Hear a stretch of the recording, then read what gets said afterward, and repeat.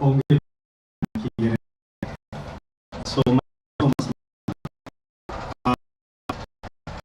how the idea of this book came to be is that if you look in the newspapers, if you just attempt some Google about Mr. Tayari's name, what you will see is that remember there was a time I was reading and I saw a report that had been released by the parliamentary, I don't know, it's Parliamentary Public Investment Committee that was being led by the current governor from Mombasa County. So this was a report that was released and it had said that in Kenya we have only 2 people who are qualified to be able to inspect all water vessels and these large sea vessels that are coming into our territorial waters. There are only 2 people who are qualified to do so. Fortunately, or rather unfortunately, both of them are senior citizens. And one of those is Mr. Tayari, who I have on my right. And what had happened is that the time for retirement had come, and there were no people who were qualified enough to be able to take over. So, whereby the next of coming is given that moment.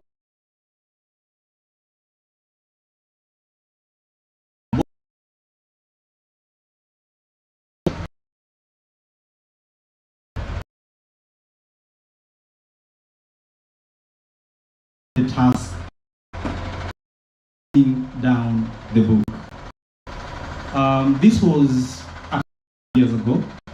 It's been a journey. So we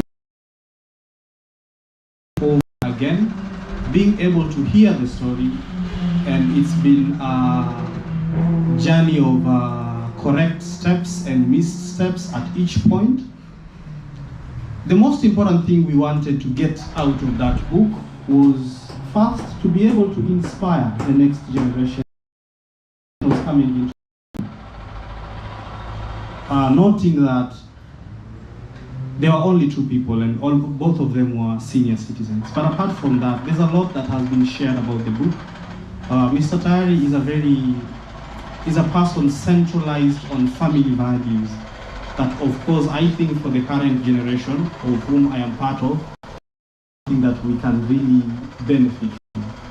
Apart from these, the commitment to a certain professional path, because sticking to a certain journey and being able to build a brand in it from beginning all the way to 39 years is quite a long time. For most of us, especially the current generation, we lack that discipline.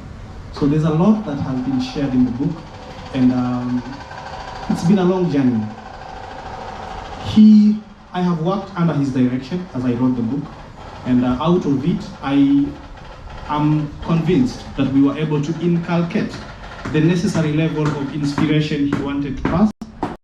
Additionally, the family, his life from growing up, the circumstances that shaped the man he came to be, everything he went through growing up at each point, all through to the point he got to school, his secondary schooling, all that, college, going all over the world, getting to start working, all the way until he got to the Kenya Maritime Authority, until one day, in a normal conversation, the Director General of Kenya Maritime Authority told him, so given your vast experience, considering that there are no people coming after you in this profession, don't you think it would be very important if you had your experiences documented into a book so that it could be able to serve not only an inspiration to people wanting to come on board, but also certain values that are very fundamental to the current generation of young people and also other people who could learn from you. And that is how the idea of this book came to be. I really appreciate being able to be given the opportunity to write the book, and here we are, the pinnacle of the whole thing, and I thank you so much for your presence, and I hope each one of you who acquire a copy will be able to have the same transfer to them. Thank you. Pigeni makofi.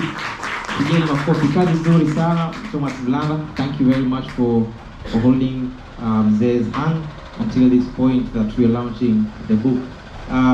Any question maybe from the audience who would like to ask Mr. Mlanga a few questions? Any question? Anybody about the journey, about the book, about their connection, the relationship with Mr. Tayari or the Writers Guild, and so on?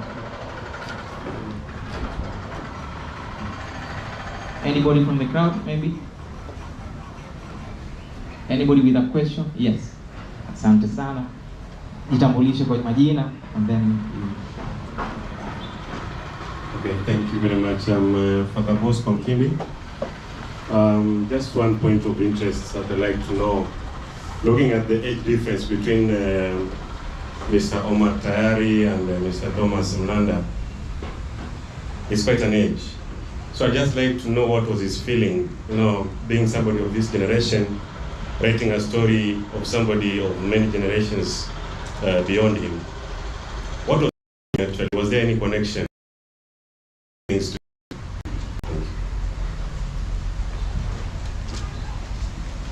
go ahead.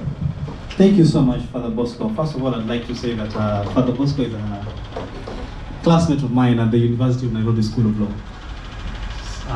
Apart from that, I would like to say that I felt it as a great privilege to be selected, because there are so many people who could have been able to document this book.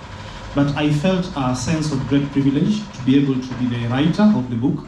But apart from that, I immediately felt at home, given the kind of person and character Mr. Tayari is. So it was an immediate feeling of connection, such that I was able to get into his mindset, into his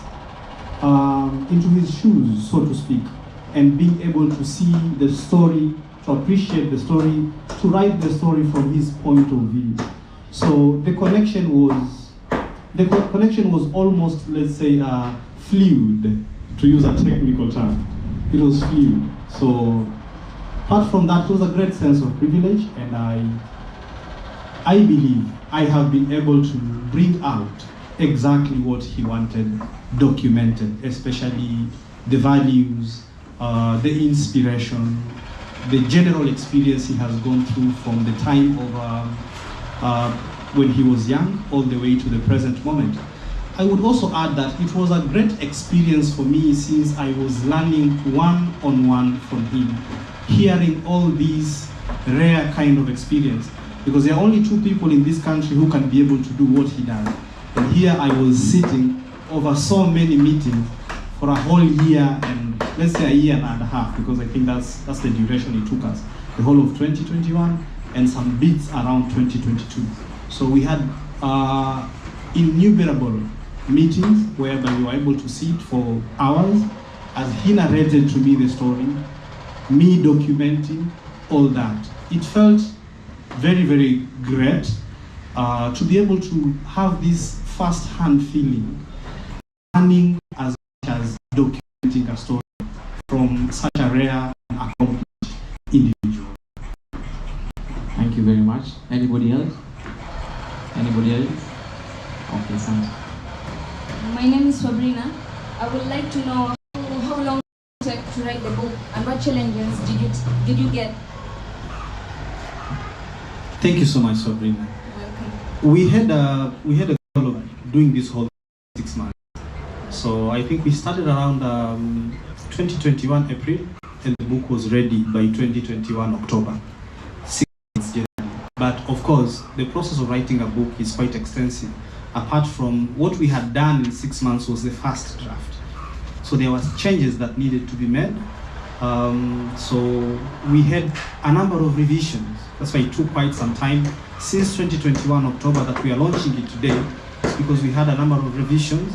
We went all the way to printing, and then we realized there's some few things we were supposed to remove, some we were supposed to add. So that was it. I wouldn't say there were any challenges, which of course I would be wrong if I say so. General normal challenges to do with writing. Just the hard work, burning the midnight oil, random stuff, the normal kind of stuff. Thank you. Thank you, Sabrina.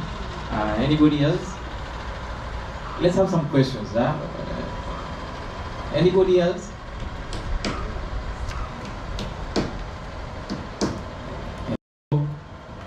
Hello. Naona watu kidogo migongo imelala chini kidogo, wamekula pozi la anybody else pengine? So at this moment, asante sana Mr. Thomas, thank you very much for that extensive, detailed explanation of how the journey went, and then we now have the book. So, DJ, are you there? Tafadhali tusimame sote, tusimame kidogo. Let's have kidogo tujichangamshe kidogo. Mr. DJ, tuweke muziki kidogo ambao utatutumbuiza kidogo. Utatufanya tutingishe miili. Maana you know it's lunch time. Somebody amekula ugali, mwingine amepiga biriani. Leo unajua ni Saturday. Sasa ile digestion kidogo inafanya watu miili na kidogo.